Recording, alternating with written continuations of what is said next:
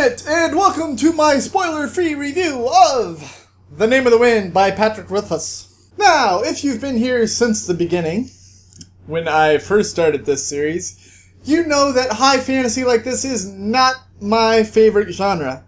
So if I'm overly harsh, that's why. First, let's just tell you a little bit about what this story is about.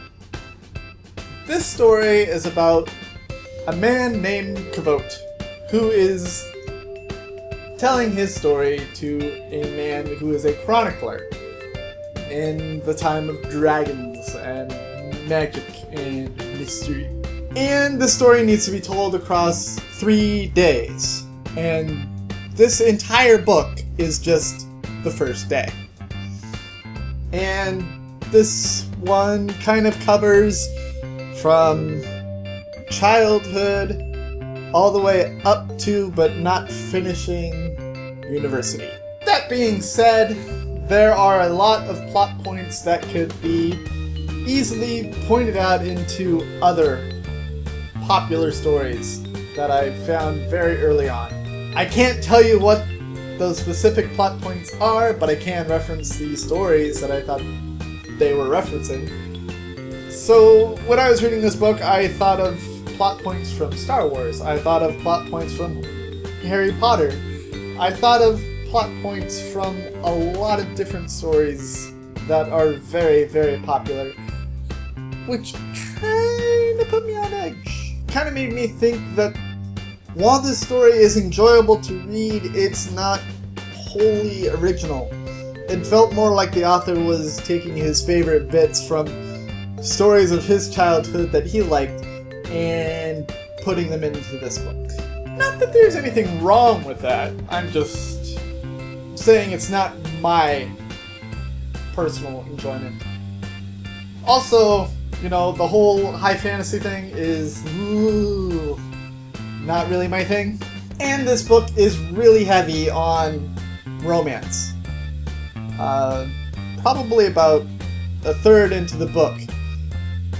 The rest of the time, the main character is concentrating on a romantic venture, and you all know how I just love romance. It's not my thing. Overall, I really like the beginning of this book, and I really like the end of the book.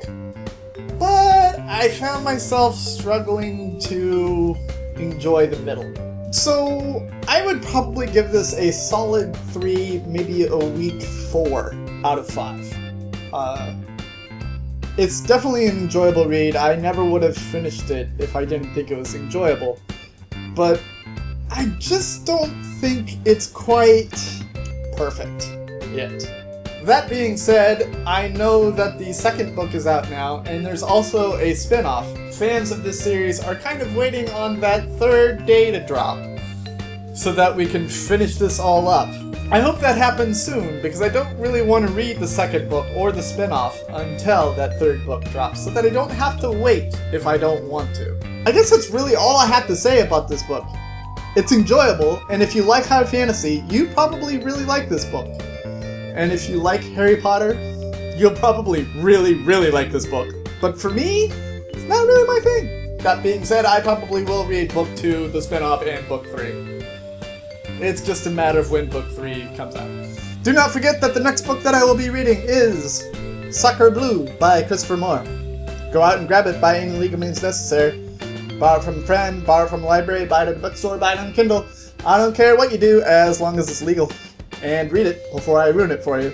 I also suggest that you buy the print version, seeing as it comes with blue print and full color pictures of all the paintings that he's talking about.